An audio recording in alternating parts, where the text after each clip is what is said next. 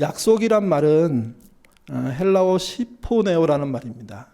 이게 동의하다, 일치하다라는 뜻인데요. 원래는 이 말은 심포노스라는 말에서 출발했는데 함께 노래를 부른다는 뜻입니다.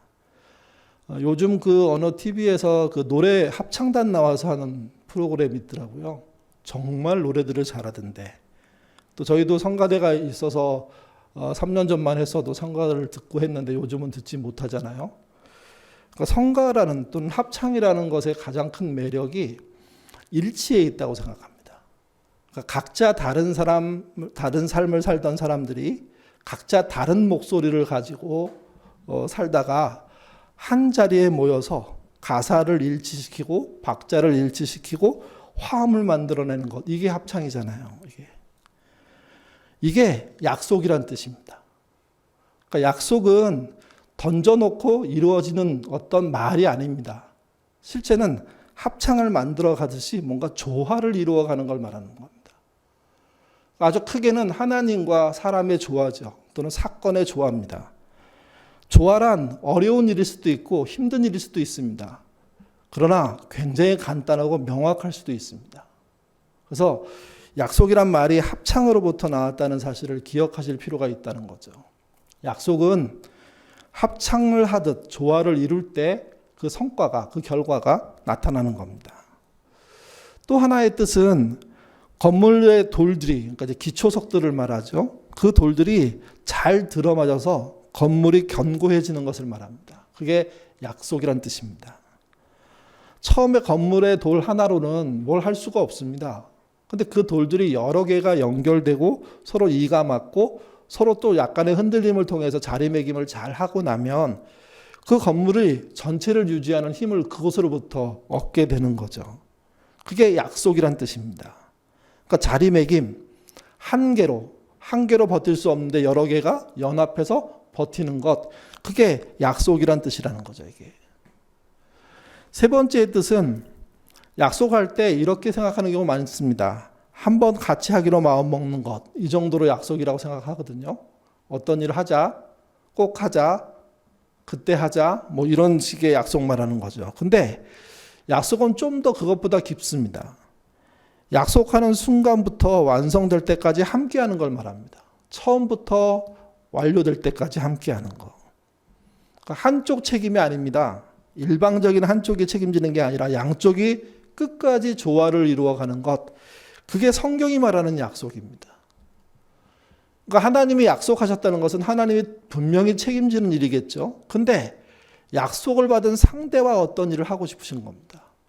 합창을 하듯이 조화를 이루는 것이고 또 건물을 견고하게 만드듯이 서로 아구가 맞는, 서로 역할이 맞는 그런 일들을 해나가는 거죠. 그리고 한번 시작되면 마지막 순간까지 끝까지 가는 조화를 말합니다. 그래서 성경에서의 약속은 세상의 약속하고 다른 면이 실제 있다는 거죠. 이게. 하나님이 약속하시면 포기하지 않습니다. 그러면 반대편에 있는 사람 역시도 포기하지 않아야 됩니다. 끝까지 조화를 이루고자 노력할 때 그 결과가 나오는 거죠. 로마서 4장 21절이 이렇게 말합니다. 같이 읽겠습니다. 약속하신 그것을 또한 능히 이루실 줄을 확신하였느니. 하나님은 능히 이루도록 몰고 가십니다. 이루어 가십니다. 변치 않으십니다. 약속을 지키는 분입니다. 모든 약속의 과제는 누구에게 있냐? 그래서 사람에게 있습니다. 사람이 그 약속을 변치 않고 믿느냐, 따라가느냐, 흔들림 없이 그분의 주신 역할을 하려고 애쓰느냐, 여기에 달려 있습니다. 아마 약속에서 가장 중요한 건요, 기억이라고 생각합니다. 하나님이 약속해 주셨으면 그 약속을 붙잡고 잊지 않으려고 기억하는 삶, 이게 필요한 거죠. 오늘 밤부터 이제 우리 올 연말에 금요일 때는 이 약속에 대해서 살펴볼 건데요. 첫 번째 오늘 본문의 약속은 바울이 하나님의 뜻을 드러내는 과정에서 나타난 약속입니다. 4장 19절 말씀인데요. 같이 읽겠습니다. 나의 하나님이 그리스도 예수 안에서 영광 가운데 그 풍성한 대로 너희 모든 쓸 것을 채우시리라. 이 말 자체만 가만히 읽어도 굉장한 위로가 됩니다. 그분의 풍성함이 우리의 쓸 것을 채운다는 이야기입니다. 근데 문제는 이게 어떤 배경을 갖고 한 말인지가 또한 중요하다는 겁니다. 성경의 의미에서 문자적인 해석이 생각보다 해로울 때가 있습니다. 그게 불가능은 없다, 할 수 있다, 하면 된다 하는 말들인데 여기서도 모든 걸 채워준다는 말도 잘못하면 해로운 말이 됩니다. 하나님은 무법천지 세상에서 무법으로 사는 사람에게 이런 채움을 주시는 분이 아닙니다. 그 시대에 맞는 하나님의 뜻을 따르는 어떤 내용들이 실제 존재해야 되는 거죠. 약속의 한 부분을 감당해야 되는 겁니다.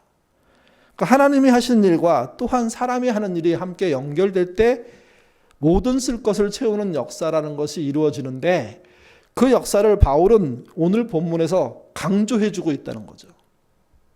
그리고 본인은 스스로 그걸 체험한다고 얘기합니다. 빌립보 교회 성도들은요, 에바브로디도를 통해서 바울에게 연보를 보냈습니다. 돈을 보낸 거죠. 바울은 크게 기뻐했습니다. 돈이 왔기 때문에 기뻐한 게 아닙니다. 빌립보 교회가 바울이 다시 사역을 시작할 수 있도록 사역의 싹이라고 표현했는데 사역의 싹을 피울 수 있도록 역할을 했기 때문입니다. 그 역할을 바울은 뭐라고 생각했냐면 하나님의 응답이라고 봤습니다. 그러니까 하나님이 약속하시고 응답해 주셨는데 누구를 통해서 했냐? 빌립보 교회를 통해서 했다는 겁니다. 에바브로디도라는 사람을 통해서 했다는 겁니다. 무엇으로 했냐? 돈, 연보로 했다는 거죠. 이게. 이 말을 잘못 이해하면 우리가 무언가를 간구하고 하나님이 사람을 통해서 돈을 주시는구나 이렇게 얘기할 수 있습니다. 아니요, 바울은 돈을 기대한 게 아닙니다. 하나님이 나와 함께하고 있다는 사인을 기대한 겁니다. 근데 그 사인이 빌립보 교회의 연보라는 방식으로 자기에게 온 겁니다. 그래서 놀라고, 그래서 감사하고, 그래서 응답이라고 생각한 거죠. 이게. 사역자의 기본은요, 자족이라고 생각합니다. 말씀의 능력, 기도의 능력, 전도의 능력, 그거 중요하죠. 얼마나 중요합니까? 근데 그것보다 더 중요한 건 자족입니다. 하나님이 허락하신 만큼 살겠다는 겁니다. 심지어 하나님이 허락하신 만큼 먹겠다는 겁니다. 물론 풍족하게 먹을 만이 되면 자기 혼자 먹지 않고 나누어서 먹겠다는 태도, 이게 사역자가 갖고 있는 자족입니다. 사역자들은, 신자들은 자족함이 신앙의 가장 근본임을 잊지 않아야 됩니다.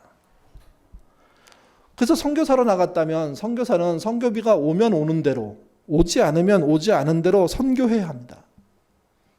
만약에 돈이 오지 않았기 때문에 선교를 못하고 들어온다, 이렇게 말을 해버린다면 진정으로 그가 하고자 하는 사역이 무엇이었는지, 그는 자족할 수 있는 신자인지 물어볼 수밖에 없습니다. 물론 돈이 부족하고 먹을 것이 없고 아이를 키울 환경이 안 되는 이 상황 속에서 자족하는 일은 쉽지 않습니다. 근데 그 자족을 하지 못한다면 그 다음으로 나가지 못하는 거죠. 바울은 자족할 수 있는 사람이었습니다. 아니, 자족이 삶에 배어있는 사람입니다. 그래서 11절부터 13절에 그의 자족함을 이렇게 표현합니다. 같이 읽죠. 내가 공핍함으로 말하는 것이 아니라 어떤 형편에든지 내가 자족하기를 배웠노니 내가 비천에 처할 줄도 알고 풍부에 처할 줄도 알아. 모든 일에 배부르며 배고픔과 풍부와 궁핍에도 일체의 비결을 배웠노라. 내게 능력 주신 자 안에서 내가 모든 것을 할 수 있느니라. 13절에 내게 능력 주신 자 안에서 내가 모든 것을 할 수 있다는 이 말은 일체의 비결, 자족하는 삶을 사는 사람이 할 수 있는 말이지 불가능이 없다는 말이 아닙니다. 자족하지 못하는 사람에게는 그분의 능력 안에서 모든 것을 할 수 없습니다. 욕심으로 일하는 사람에게는 이런 일이 벌어지지 않습니다. 바울의 기본적인 사역의 틀은요, 자족입니다. 자족하면서 간구하는 거죠. 하나님의 역사가 어디 있는지, 어떻게 역사하실지.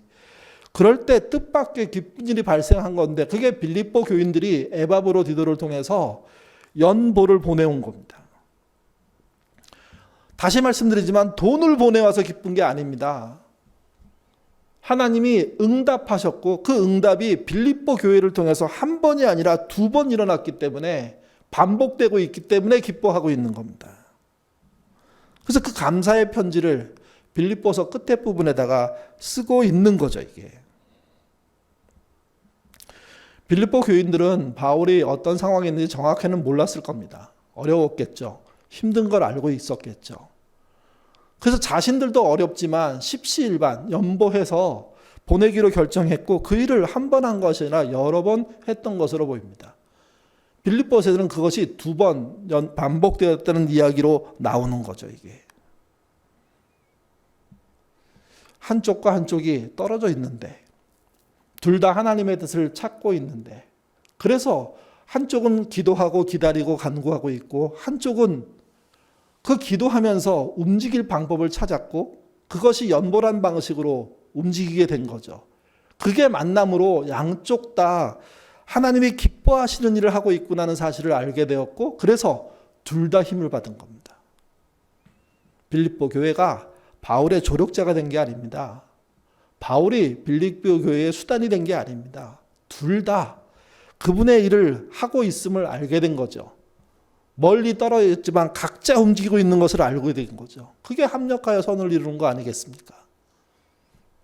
신앙의 매력은 여기 있습니다. 흩어져 있고 모르게 숨어 있지만 각자 기도하고 있지만 각자 하나님 영광을 찾아가고 있지만 그게 어느 순간 하나님의 뜻 안에서 연결될 때 일치할 때 새로운 방식으로 응답을 줄 때 그때 부흥이라는 게 일어납니다. 그때 그 어려움을 견디는 힘들이 나타나는 거죠, 이게. 바울은 자신이 받은 돈에 대해서, 연보에 대해서 아주 독특한 이해를 갖고 있는데요. 17절 같이 한번 보시죠. 읽겠습니다. 내가 선물을 구함이 아니요 오직 너희에게 유익하도록 과실이 번성하기를 구함이라. 이 말을 잘 보셔야 됩니다. 바울은요, 하나님 좀 격려해 주세요. 돈이 필요해요. 돈 좀 주세요. 망신당하지 않게 좀 이끌어 주세요. 이렇게 기도한 게 아니라는 거죠, 이게. 자신은 자신을 인도하신 하나님의 뜻에 따라 자신이 해야 될 일들을 찾아가고 있었던 겁니다. 그래서 그는 명확하게 말합니다. 나는 선물을 구하지 않았다고. 뭐 좀 격려해달라고. 저는 격려해달라고 기도해도 괜찮다고 생각해요. 망신당하지 않게 해달라고 기도해도 괜찮다고 생각해요. 그게 하나님의 뜻을 찾는 길이라면. 근데 바울은 명확합니다. 선물을 구하진 않았다는 거죠. 오히려 이렇게 말합니다. 오직 너희에게 유익하도록. 빌립보 교인들이죠. 그들이 유익하도록. 과실이 번성하기를 구함이라. 이게 무슨 뜻일까요? 좀 애매한데 메시지는 이렇게 번역했습니다. 같이 읽어보죠. 나는 헌금을 바라지 않습니다. 다만 여러분이 관대한 행위에서 오는 복을 경험하기를 원하는 마음뿐입니다. 뭘 달라고 기대한 게 아니에요. 빌립보 교회가 하나님의 능력과 권능을 경험하게 해달라고, 하나님의 손길이 되게 해달라고, 또 손길을 경험하게 해달라고, 그것을 통해서 얻는 복이 있게 해달라고, 그 복이 자기의 돈을 써서 나오는 일이 결과적으로 나왔지만 그 돈으로 인한 그것이 돈과 비견될 수 없는 하나님의 복임을 알게 해달라고. 하나님의 역사는요, 돈을 받은 사람이나 돈을 보낸 사람이나 둘 다에게 복이 되는 사건이라는 겁니다. 도움을 받은 사람이나 도움을 준 사람이나 둘 다에게 복이 된다는 거죠. 둘 다 모르고 한 행동이지만 그게 돈이 아니어도 다른 역할들이라고 하더라도 둘 다에게 복이 되는 경험으로 남는다는 겁니다. 그러니까 빌립보 교회는 바울에게 선물을 한 것이 아닙니다. 감동된 대로 연보를 보낸 거죠. 그랬더니 바울에게는 진짜 다시 사역을 할 수 있는 새싹이 되었고 씨앗이 되었고, 반대로 빌립보 교인들에게는요, 그것이 그들에게 복이 되어 그 다음에 여러 가지 변화들이 나타나는 거죠. 삶 속에. 이렇게 이런 변화와 이런 도전들을 하는 사람들에게 약속이 주어졌답니다. 바울이 하는 말인데요. 빌립보 4장 19절입니다. 읽겠습니다. 나의 하나님이 그리스도 예수 안에서 영광 가운데 그 풍성한 대로 너희 모든 쓸 것을 채우시리라. 하나님의 응답은 우리의 짐작을 넘어섭니다. 우리의 짐작만큼만 인겨도 있지만 대부분은 짐작보다 훨씬 큽니다. 그리고 그걸 통해서 하나님의 역사함을 보게 합니다. 그것이 신자의 행복이죠. 신자의. 모든 것을 채우시는 하나님의 능력, 짐작보다 더 훨씬 큰 하나님의 역사, 그걸 보는 걸 신앙이라고 얘기하는 겁니다. 그것을 약속해 주셨다는 겁니다. 다시 한번 14장 19절. 안 넘어갔는데 화면은요. 14장 19절. 성경 구절이 없나 봅니다. 제가 읽겠습니다. 나의 하나님 그리스도 예수 안에서 영광 가운데 그 풍성한 대로 너희 모든 쓸 것을 채우시리라. 없나요? 설교 안에? 근데 PPT는 안 나오나요? 그런 건가요? 네. 그러니까 하나님께서 바울이 확신한 약속은 그거예요. 나의 하나님 그리스도 예수 안에서 나의 하나님이 그리스도 예수 안에서 영광 가운데 그 풍성한 대로 너희 빌립보 교회의 모든 쓸 것을 채우신다고 약속하셨다는 거죠. 그 약속이 이루어질 거라는 믿음을 가지라는 겁니다. 그래서 그들에게 복이라는 겁니다. 그러니까 우리가 자발적인 헌신으로 누군가를 도왔다면 누군가를 돕는 것으로 인해서 그 누군가가 하나님이 주시는 기회 또는 새로운 힘들 또 씨앗을 심을 수 있는 기회를 얻게 되는 거죠. 근데 동시에 우리에게는 어떤 일이 벌어지냐? 우리의 모든 쓸 것을 채우시는 역사가 또한 벌어진다는 겁니다. 바울은 그렇게 확신하고 있습니다. 이건 투자 형태의 이야기가 돼서는 안 됩니다. 11조를 잘못 이해하는 모든 분들이 어떻게 생각하냐면 10분의 1을 내면 그 다음에 10분의 10을 받는다는 거죠. 아니고요. 10분의 10을 주신 하나님께 10분의 1을 드리는 겁니다. 감사의 표시로. 근데 거꾸로 딜을 해요. 그래서 10분의 3을 하자고 10분의 5를 하자고 10분의 9를 헌금하자고 얘기하는 사람들이 있습니다. 그러면 하나님은 그 10분의 9에 대한 10배를 주시는 거라고. 그래서 11조가 늘어나게 해달라고. 자기의 소득이 늘어나서 11조를 내는 것이 커지는 것이 그게 맞는 거지. 무슨 투자하는 것처럼 증권하는 것처럼 10배의 복을 누리기 위해서 10배의 투자 결과를 얻기 위해서 하는 행동으로서의 11조 저는 그게 말이 안 된다고 생각합니다. 저희는 11조라고 하기보다는 심정헌금, 마음으로 정한 헌금이라고 얘기하지 않습니까? 그 헌금의 가장 중요한 건 그분이 하신 역사에 대한 감사입니다. 근데 그 감사를 넘어서 또 그 감사를 통해서 누군가의 쓸 것을 채우는 일들을 하신다면 하나님은요, 여러분의 쓸 것 또한 채우실 겁니다. 그 은혜를 베푸실 겁니다. 그래서 교회를 향해서 하는 헌금도 매우 중요하고 연보도 매우 중요하지만 또 하나가 중요합니다. 마음에 감동이 있는 어떤 사람들을 돕는 연보, 행동들이 필요한 거죠. 그에게 복이 되고 우리에게 복이 될 겁니다. 그의 필요를 채우고 우리의 쓸 것을 채우는 역사로 이루어질 겁니다. 분명한 건 이건 투자는 아니라는 겁니다. 그러나 하나님은 이렇게 약속해 주셨고 이 약속을 이행하시는 분이라는 거죠. 이때 바울이 사용했던 하나님에 대한 표현은요, 나의 하나님입니다. 나의 하나님이란 내 소유가 되는 하나님의 뜻이 아닙니다. 하나님의 소유인 나를 말합니다. 나의 하나님은 내가 그분의 소유인 거예요. 그러면 어떤 일이 벌어지냐? 시편 18편 1, 2절입니다. 읽겠습니다. 나의 힘이 되신 여호와여, 내가 주를 사랑하나이다.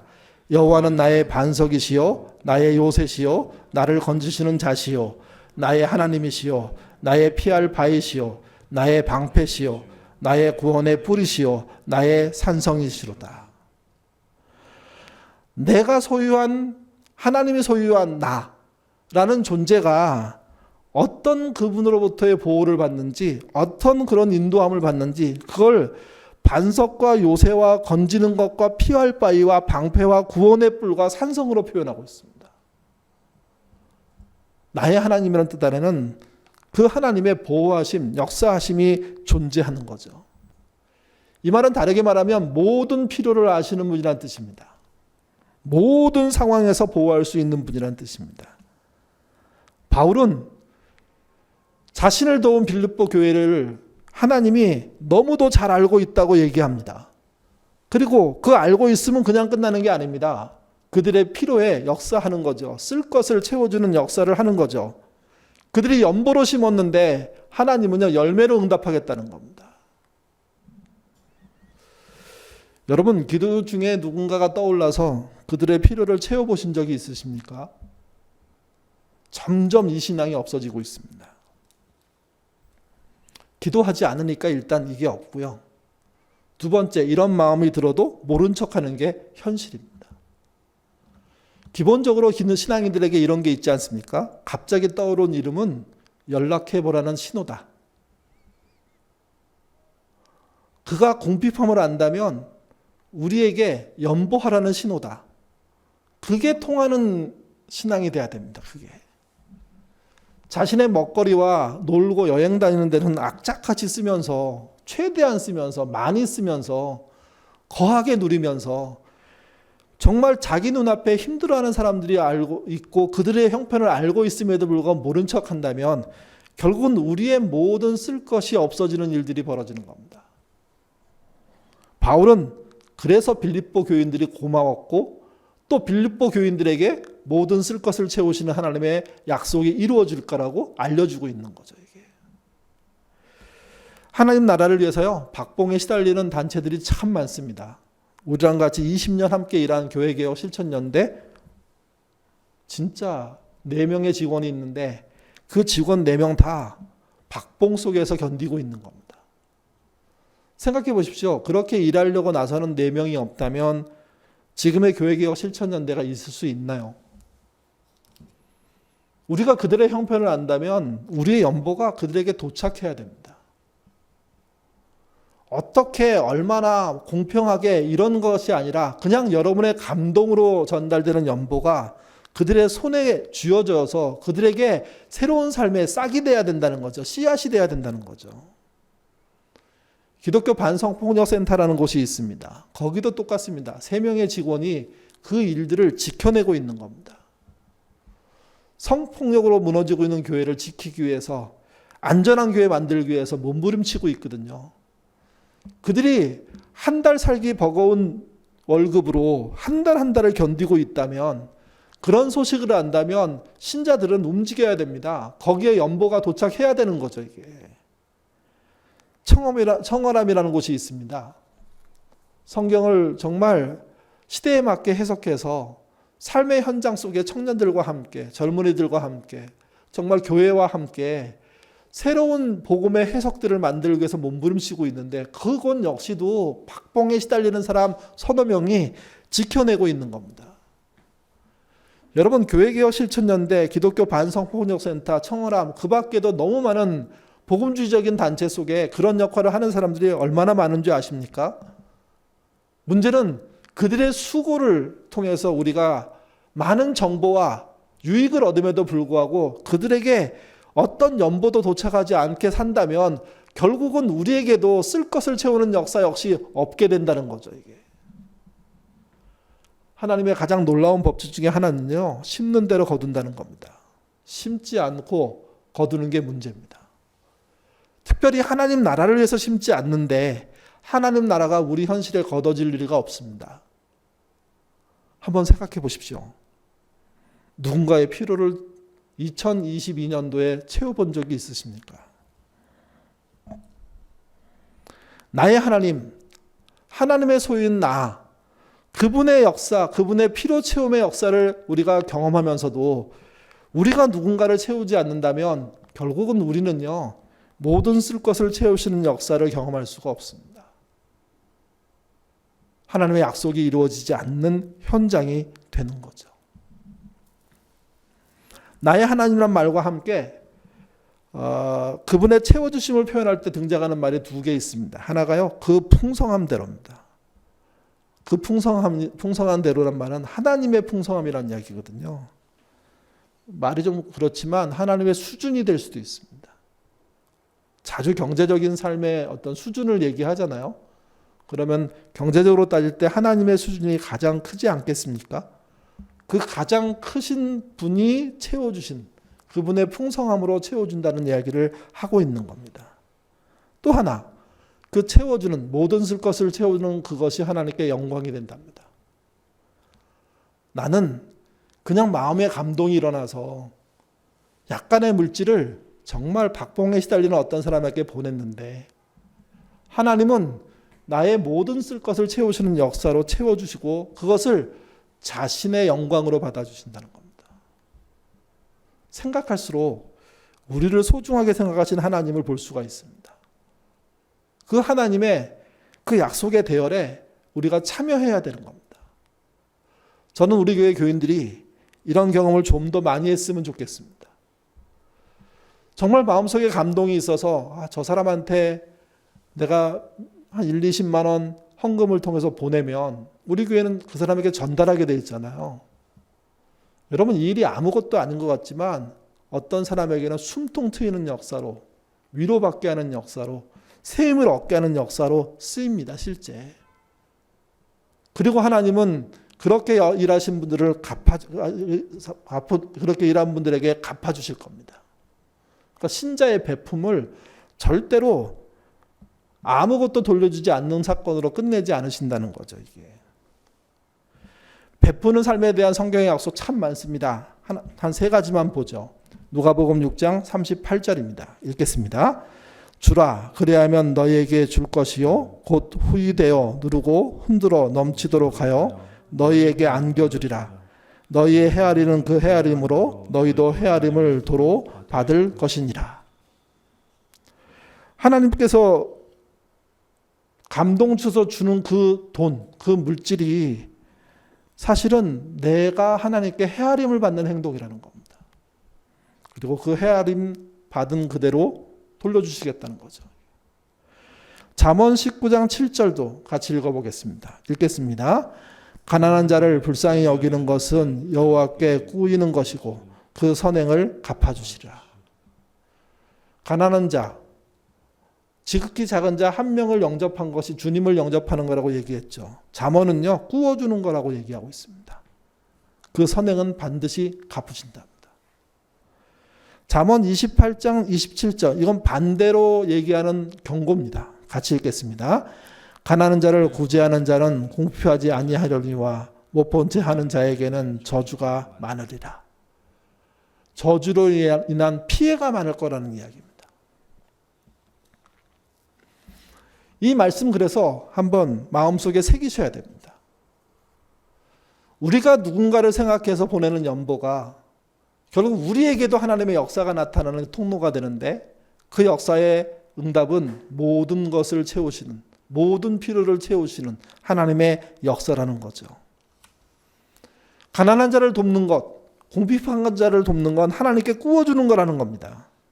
이들을 못 본 척하고 없는 척하는 것은 결국은 우리가 저주 많은 세상에 살게 되는, 저주로 인한 그런 어려움 속에 살게 되는 그런 세상에 놓여지게 된다는 거죠. 이 약속, 이 말씀, 그래서 새겨들을 필요가 있습니다. 많은 신자들 중에 우연은 하나님의 응답이 아니라고 하는 경우들이 있습니다. 근데 우연은 대부분 하나님의 응답인 경우입니다. 한 영국의 국회의원이 선거 유세를 위해서요, 한 역으로 가야 했습니다. 근데 가다가 그 당시가 그 길이 좋지 않은 때였기 때문에 마차가 진흙탕박에 빠져버렸습니다. 자기의 그 선거할 수 있는 사람들과 함께 빨리 가야 되는데 그게 되지 않는 거죠. 그래서 주변 사람들에게 도움 요청을 했는데 단 한 사람만 도와준 거예요. 그 사람이 소년 어린 사람이었습니다. 그 사람의 도움으로 또 그들의 노력으로 그 마차를 이렇게 진흙탕에서 빼냈죠. 그리고 나서 그 국회의원이 그 소년에게 너무 감사해서 도와주겠다고 내가 뭘로 보상하면 좋겠냐고 이렇게 물었습니다. 그랬더니 그 소년이 거절하더랍니다. 돈을 주겠다는 건데 그거 안 받겠다고 그냥 가시라고 그렇게 얘기한 거죠. 그러자 선거 유세로 바쁜 그가 거기서 그 소년을 붙잡고 이야기를 시작했답니다. 그리고 물었답니다. 너는 자라서 뭐가 되고 싶은지. 그러자 그 아이가 자기는 의사가 되고 싶다고. 그 아이의 이름을 적고 어디 사는지를 안 그 국회의원은 선거 유세가 끝나고 난 다음에 다시 국회의원이 되었고 그 다음 자기의 정치 생활을 하는 내내 그 아이의 상황들을 알아보고 필요를 채워주고 만나고 격려하는 그런 후견인이 되었습니다.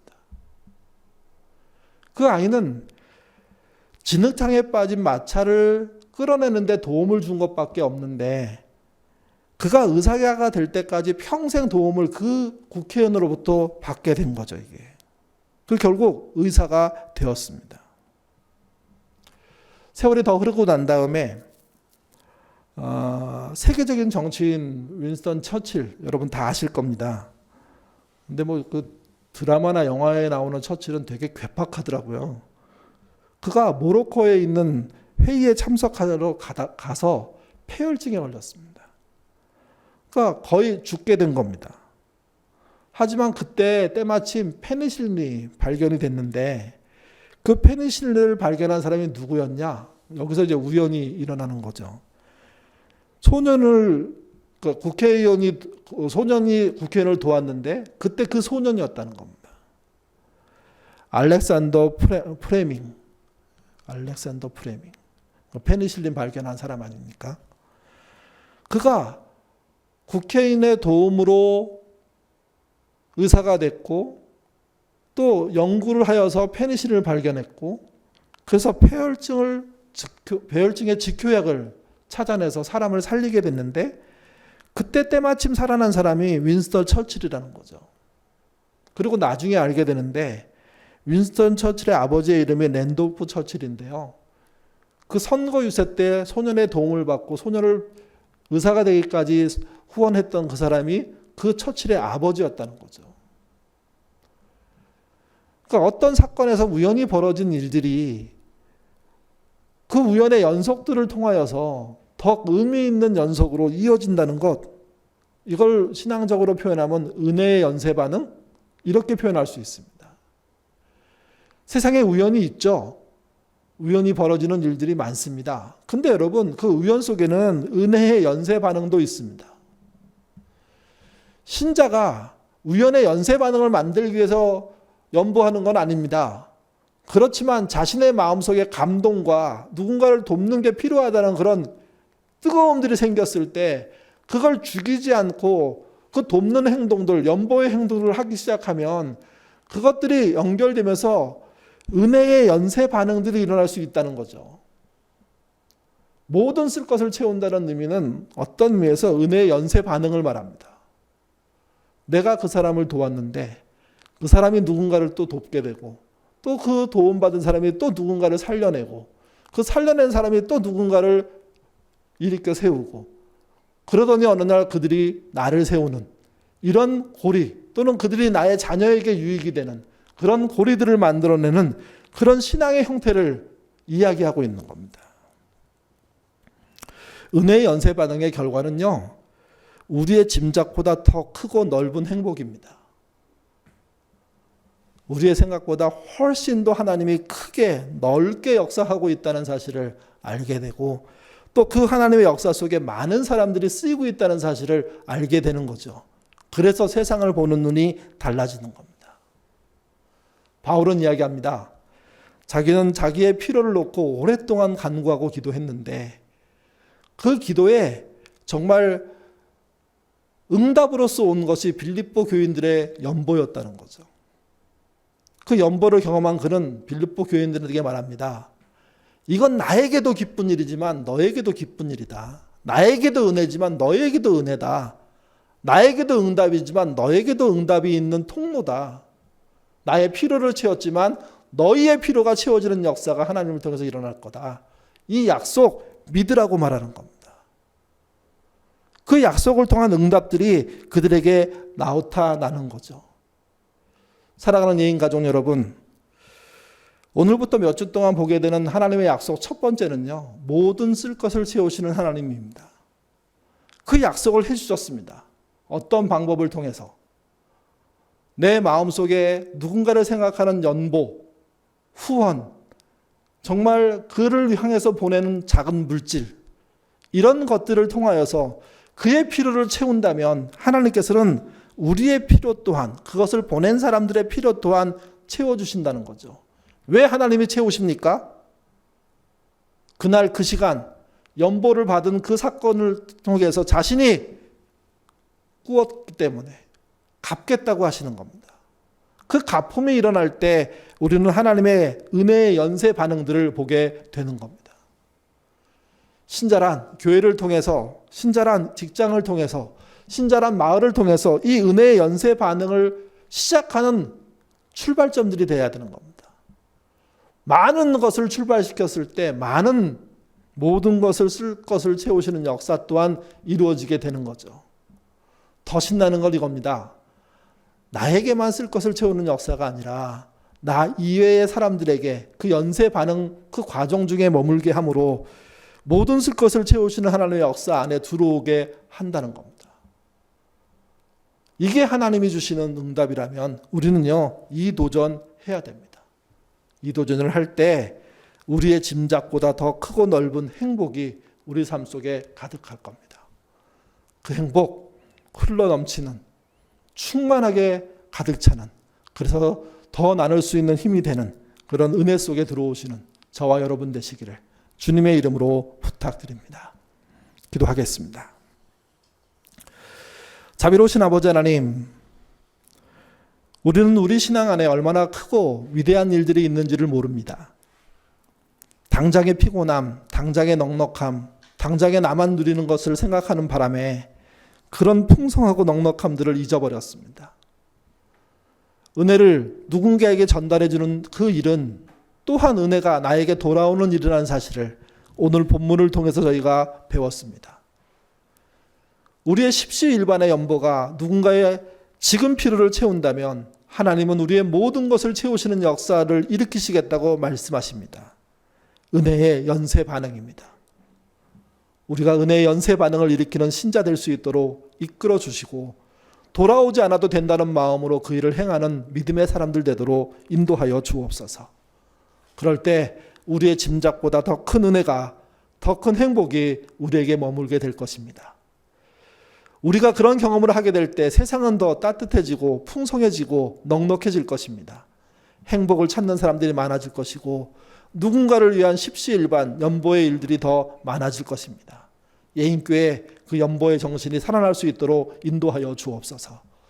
사람을 격려하고 돕는 일에 우리의 물질이, 우리의 시간이, 우리의 재능이 사용되게 도와주시고 그것이 은혜의 연쇄 반응을 통하여서 우리에게 돌아오는 것은 물론이고 우리의 자녀들에게, 우리의 이웃들에게 정말 은혜의 연쇄 받은 그 안에 머물게 되는 그런 놀라운 일들을 경험하게 하는 그런 통로 되도록 주여 이끌어 주옵소서.